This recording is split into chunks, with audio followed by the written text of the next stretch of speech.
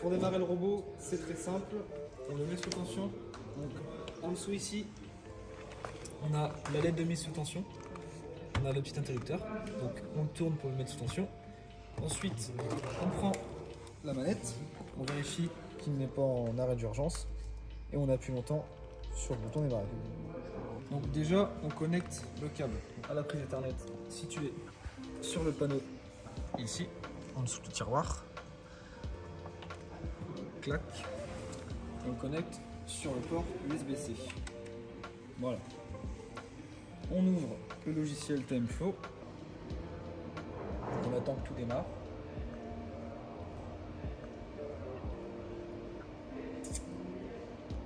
Voilà, donc le robot est démarré. Quand le robot est en bleu, on appuie sur le bouton MA, donc ça veut dire manuel automatique. On met en manuel pour pouvoir le contrôler. Et on vient sur le PC se connecter. Donc, normalement il devrait faire tout seul. Voilà. Donc ici on appuie 2 fois, on fait OK. On fait obtenir le contrôle. Et pour commencer un projet, on vient dans Projet et dans Nouveau. Là on l'appelle par exemple. Et voilà, là on a commencé un nouveau projet, le robot est prêt à être utilisé.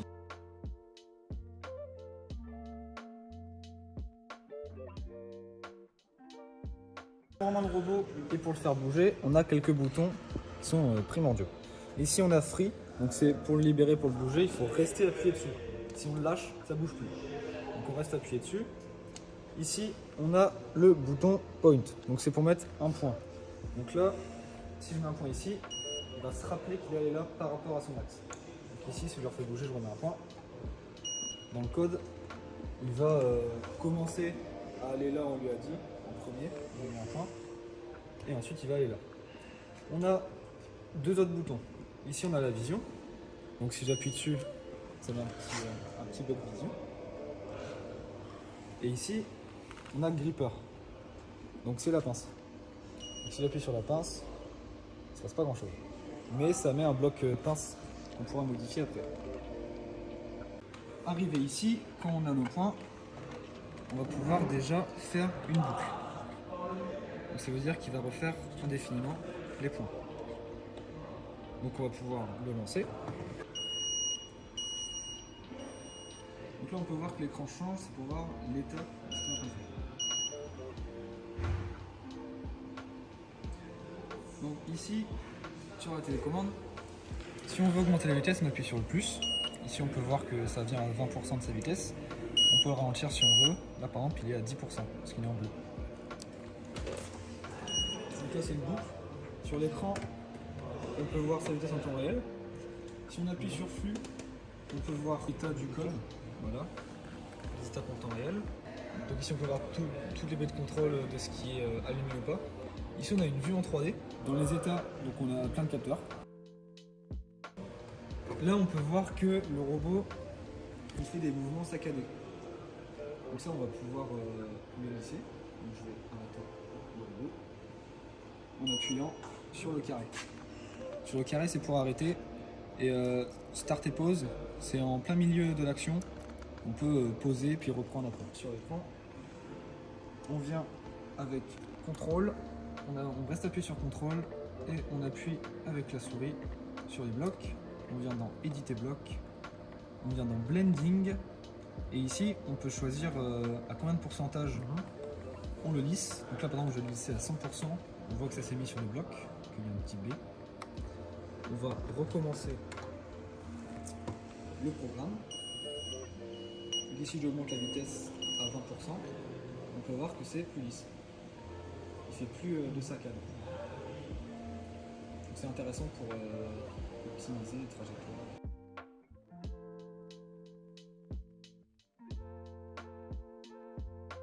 En reprenant un projet vide, on va pouvoir faire fonctionner la pince. Donc on va commencer déjà par mettre les points. Donc ici, je mets un petit point de référence. Je vais mettre l'objet ici. Je viens mettre la tête au-dessus. Donc je vais la tourner pour pouvoir prendre l'objet juste au-dessus. je mets un point ici, et ce sera mon dernier point. Voilà, donc ici les points sont mis. Donc, sur l'ordinateur, on va déjà commencer par mettre les réglages de la pince. Donc c'est ce petit bloc là, il va nous dire comment fonctionne la pince. Donc ici on peut modifier la position, donc combien de pourcentage se ferme la pince, la vitesse et la force. Donc ça c'est pour la fermeture. On peut aussi modifier l'ouverture, donc pareil, la position, la vitesse et la force, et ça on n'a pas besoin d'y toucher tout de suite. Donc pour activer les modifications, il faut mettre trou ici. Donc on met donc on a sur OK et on relie jusqu'à la position au prochain bloc. Donc ici c'était le dernier point où on était en face de la pièce et on va pouvoir mettre la pince qui se ferme, donc le petit logo de la pince qui est fermée. C'est bien écrit close, c'est-à-dire fermé. Ici on va pouvoir démarrer le robot avec le bouton lancé.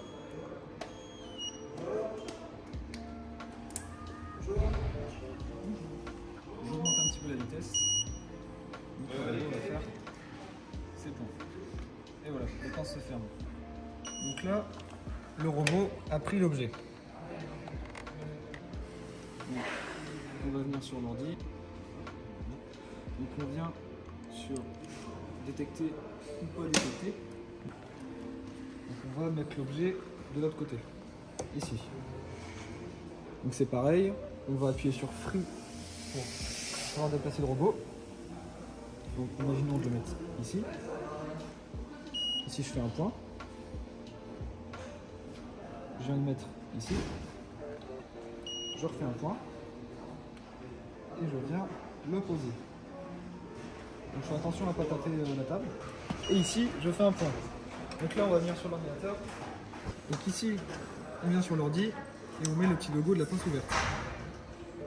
Donc là c'est bien écrit Open. Mais avant tout, ici là, on va juste relier le pas détecté et le point.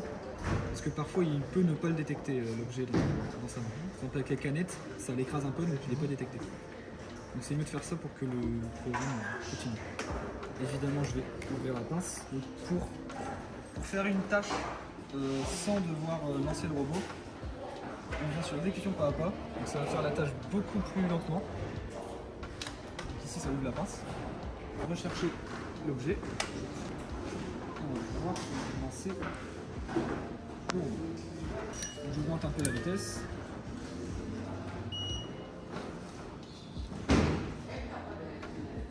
Voilà.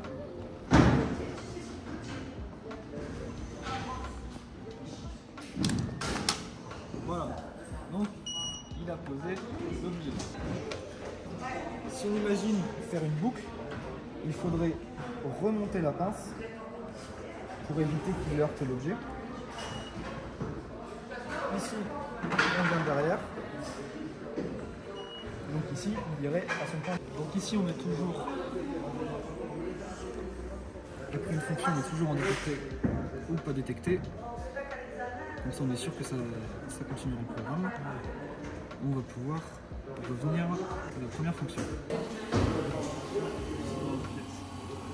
Ici, on va pouvoir voir tout le code qui se fait en temps réel.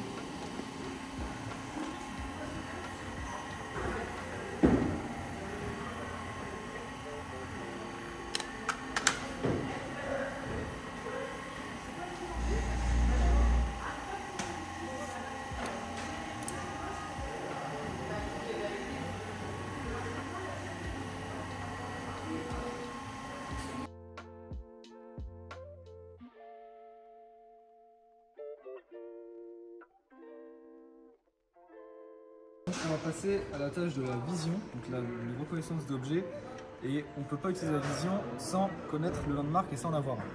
Donc un landmark, c'est un repère visuel pour le robot, donc c'est dessus qu'il va pouvoir mettre son origine ou calibrer sa caméra. Donc c'est un genre de QR code pour le robot qu'il va toujours le reconnaître. Donc c'est avec ça que fonctionne la vision. Donc on va partir sur un petit programme pour faire venir le robot ici, reconnaître la pièce, prendre la pièce et par exemple la déplacer sur le côté. Donc on va venir déjà placer un petit point de référence, donc par exemple ici. Voilà. Donc là on va passer sur le PC. On va mettre une tâche de vision. Ça on peut le mettre avec le point vision, enfin avec le bouton vision. Ici on vient de modifier, travail de vision, on vient en créer. On va mettre pièce test. Ok.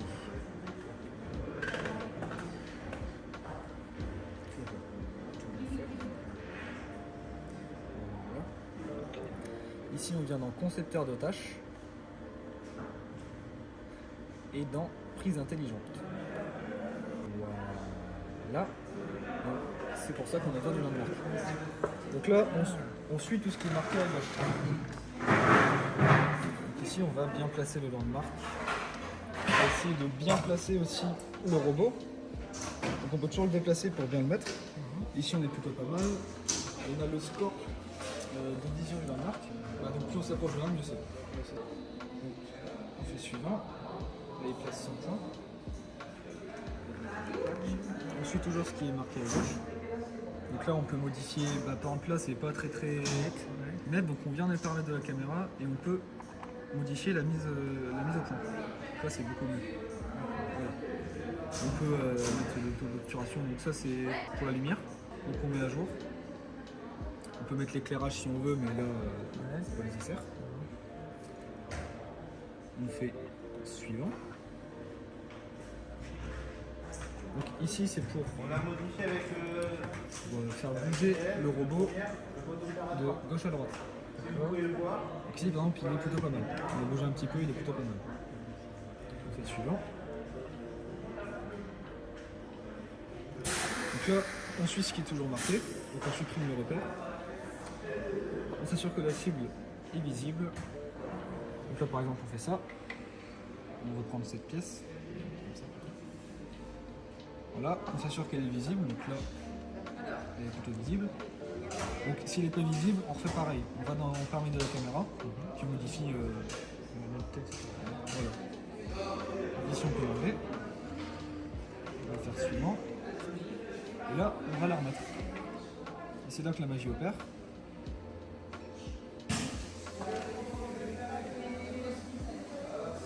Donc ici, il a reconnu la pièce. Il fait suivant.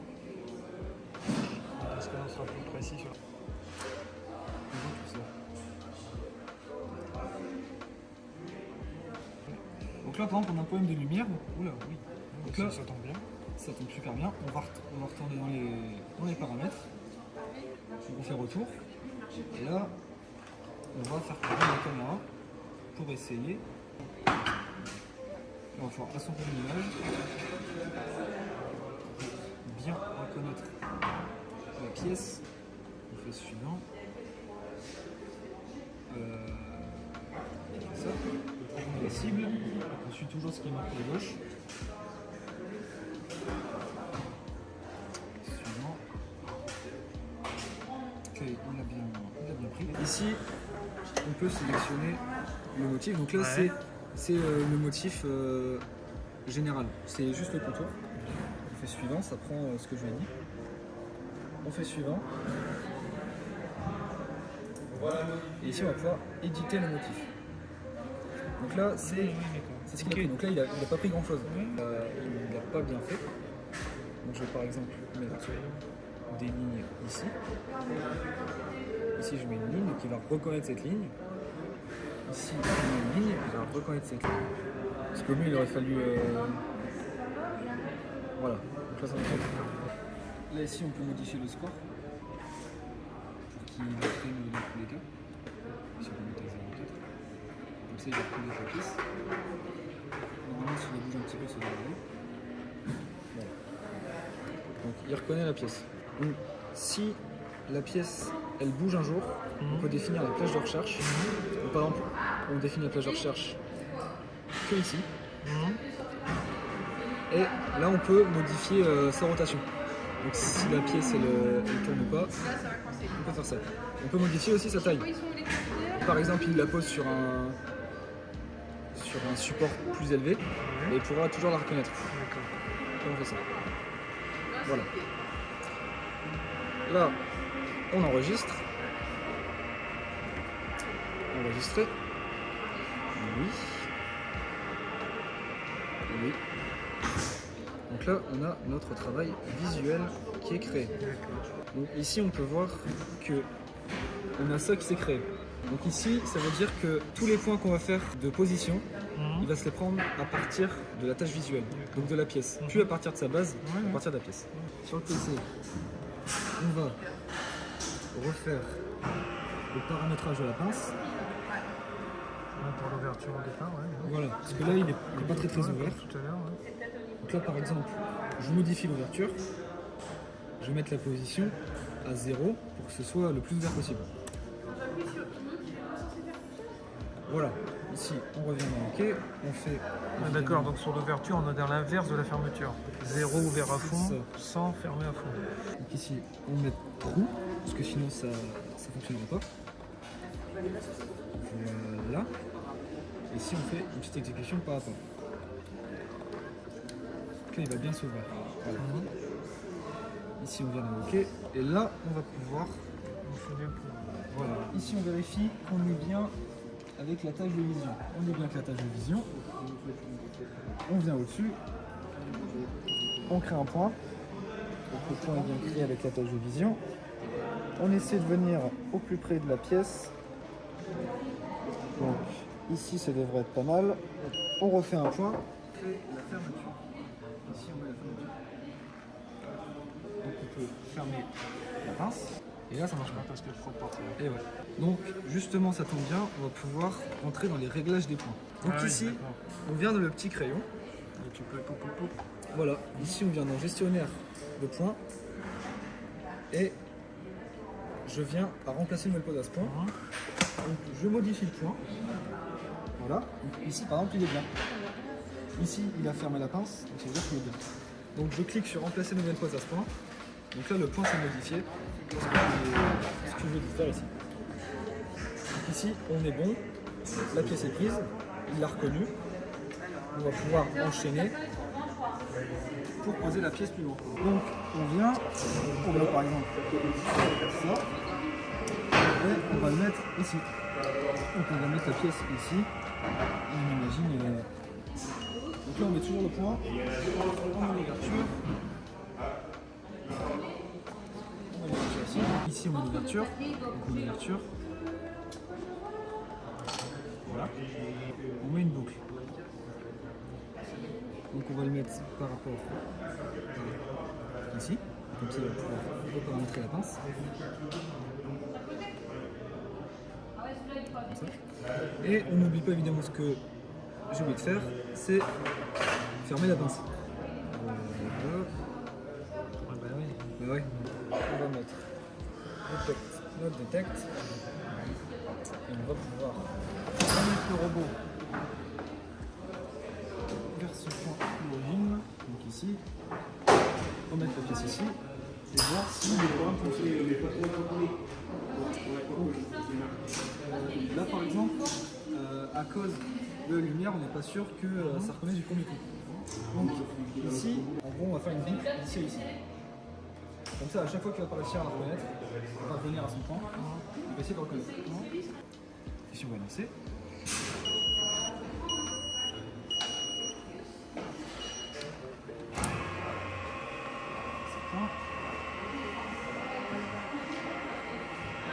Ici, voilà. Et il ne reconnaît pas, on va essayer de bouger.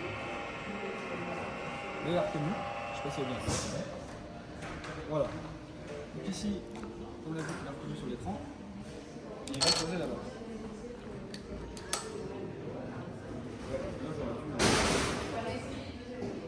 Voilà. Donc, le programme a fonctionné, mais juste à la fin, c'est ça. Ici, on peut modifier la boucle. Au lieu de le faire commencer par le paramétrage, on peut le faire commencer par le point. Parce que le paramétrage, il a déjà été fait à la première fois qu'il a été lancé. Donc il va garder en mémoire les positions de pince. Ici, on va pouvoir le relancer.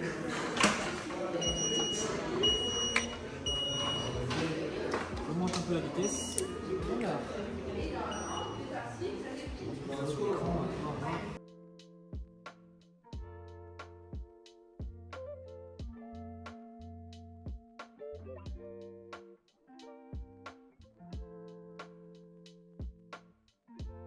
Donc voilà, à chaque fois qu'on va mettre cette pièce, s'il la reconnaît,